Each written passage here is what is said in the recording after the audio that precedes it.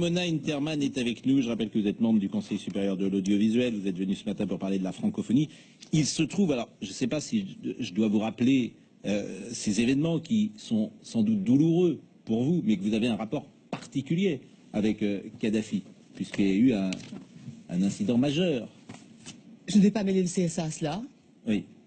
Mais vous voyez, j'ai un peu le cœur qui tremble. Oui. Et c'est sincère. Il faut expliquer peut-être à ceux qui nous écoutent, qui ne connaissent peut-être pas. Oh, vous savez, quand je vais dans les salons du livre, les gens viennent souvent me voir pour me parler de Kadhafi. J'ai écrit un livre qui s'appelle « Comme nous étions innocents » avec mon co-auteur et mari, Lutz Krecheux. Allez voir ce que j'ai écrit, chapitre 13, que les éditions Lattès ont bien vérifié juridiquement.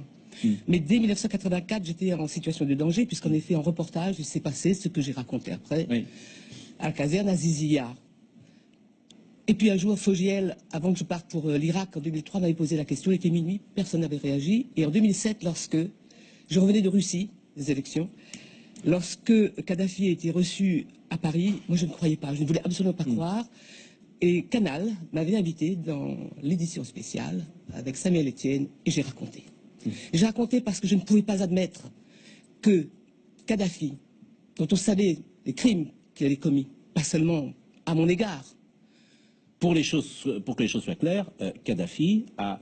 J'étais en reportage en février 1984, au moment de la guerre entre le Tchad, où se trouvaient les troupes françaises, et la Libye, et j'étais envoyé par France 3, FR3 à l'époque, et au moment de la conférence de presse, un journaliste il faut quand même 2 minutes, un journaliste du magazine Nouvelle Afrique est venu me voir en me disant « Le colonel veut te voir ».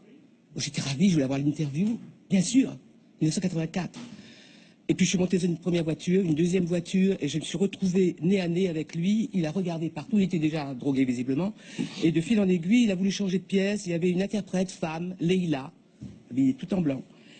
Et puis au moment où on a ouvert la pièce, on a échangé, il y avait une chambre à coucher que je verrai jusqu'à ma mort. Mon père était musulman, je suis créole, je suis de la Réunion, et je me suis souvenu, il devait y avoir un état second à ce moment-là. Il m'a attrapé, jeté sur le lit, descendu la fermeture éclair de sa combinaison. J'aurais aimé le voir sur son lit de mort, il avait une grosse cicatrice là. Et je lui ai dit, I can't, I am ill. Il m'a dit, how many days? Mon père était musulman, je sais qu'une femme qui a ses règles peut échapper au danger. Il s'est levé, il y avait une glace là, je me souviens, il y avait un flacon de Kouros, ce parfum de Yves Saint Laurent, il y avait un samovar, il y avait le lit, il y avait un lit sur une broderie anglaise, et je me suis levé, j'ai regardé dans la glace, j'étais blême, il m'a attrapé par les épaules, et je me suis dégagé, j'ai ouvert la porte, et Leïla est assise sur les toilettes. Je me suis lavé, j'ai demandé à partir, j'étais toute seule dans cette caserne à Zizia, et je lui ai dit, si je raconte à mes collègues, et il m'a regardé, et je vous donne la parole d'honneur, il m'a dit, I kill you, I send somebody to kill you. Simplement, il y avait Julien et Elodie, mes enfants qui avaient 5 ans et 3 ans, il fallait se taire, et Christian Mallard, qui m'a accompagné à Paris avec un journaliste de l'AFP, Maillard, je ne sais plus quel était son prénom, et c'est le consulat de France, il n'y avait pas d'ambassadeur, le consulat de France, qui le matin m'a mis dans un avion avec Mallard et Maillard, et qui m'ont escorté à Paris via Zurich. Et c'est le Quai d'Orsay, qui à l'époque avait été appelé par mon mari, Monsieur Dufourc, qui était secrétaire général du Quai d'Orsay, du temps de Chesson. Ils m'ont sauvé comme ça, parce que lorsque je suis reparti en Libye, en 2011, les insurgés qui nous avaient hébergés avec Salah Agrabi, qui s'en souvient certainement, m'avaient dit « Vous avez bien fait de ne pas revenir dans ce pays parce qu'ils vous auraient assassiné ». Pendant des années, je me suis tue, mais lorsque j'ai vu Kadhafi à Paris, drapeau français, marseillaise, je me suis posé la question. Et sur le plateau de Palomar, j'avais quelques contestataires qui, ah oui, mais enfin, j'aimerais bien les voir. Il y avait notamment un élu qui s'appelait M. Ponatowski. Moi, j'aimerais comprendre ce qui s'est passé. Et lorsque, le 20 octobre 2011, je suis rentré chez moi, après le journal, ma fille Élodie a ouvert la porte en disant « Maman, champagne ». Mais ça, je ne l'oublierai jamais. Moi, en tant que Française, je voudrais savoir ce qui s'est passé. Je n'ai aucune inimitié à l'égard de l'ancien président de la République, c'est lui qui m'a mariée. Rien. Mais je veux savoir ce qui s'est passé dans mon pays. Je précise, je ne parle pas au nom du CSA, je vais garder la tête froide. Je vais faire en sorte que les images que la télévision va diffuser lorsque M. Sarkozy sortira de sa garde à vue soient des images dignes, qu'on ne s'attaque pas à lui tant qu'il n'est pas prouvé que la campagne a été financée par la Libye, le président de la République, que je respecte, est considéré comme innocent. Mais moi-même, j'ai été auditionné dans une autre affaire, au 101 Fontano, il y a quelque temps par le commissaire Ezard. Je sais que ce ne doit pas être un moment facile pour lui ce matin.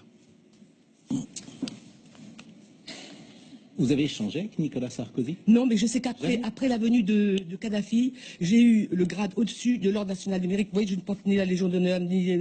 je respecte. Mais je ne porterai pas les décorations tant que je ne serai pas.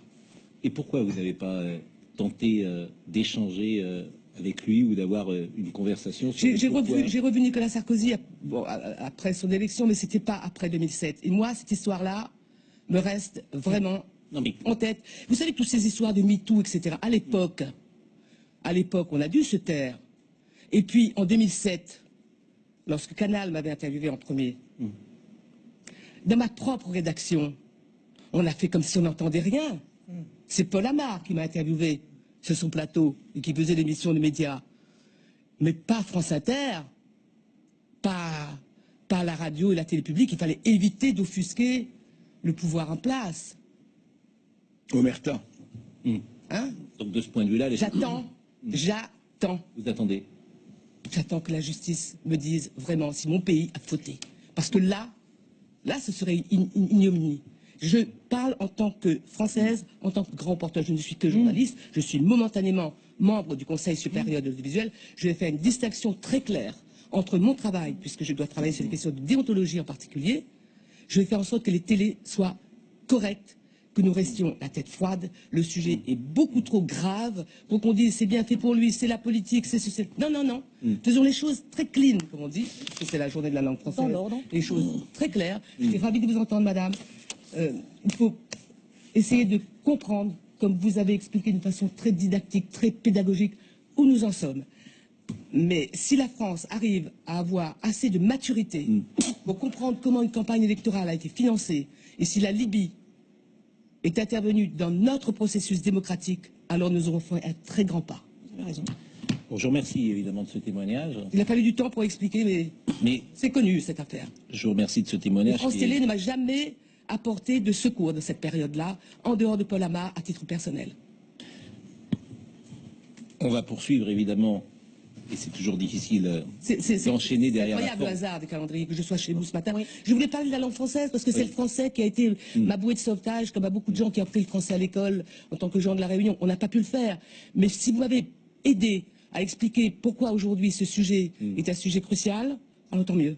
Bah, je pense que, comme nous, ce plateau, chacun aura été, vous aura écouté, aura été touché par la force et la vivacité en même temps de votre témoignage, puisque les faits datent de 84, et on comprend mieux, d'ailleurs, à travers votre témoignage, combien le traumatisme existe toujours et tout le temps, et c'est ça que je peux retenir aussi de votre... J'étais devant cette caserne à Zizia en août 2011, avec Salah Agrabi, avec Pierre Guény pour France 3, au moment où la chute du régime se faisait.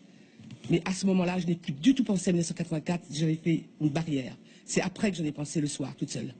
Et effectivement, ce que vous avez vécu et ce que d'autres femmes peuvent vivre, à travers l'intensité de ce que vous dites, on comprend que ce moment-là continue toujours, perdure toujours. Il me hante. Oui. Il me hante. Ouais. Mes enfants aussi, ma famille aussi. Mon mari, l'autre crochet, ne voulait pas que j'aille en Libye pendant la phase février, quand ça a commencé, jusqu'à les quelques jours avant la chute, mais je suis allée avant la chute. Et les rebelles m'avaient bien dit, faites attention, parce qu'ils savaient que si vous reveniez ici, vous ne repartiez plus vivante.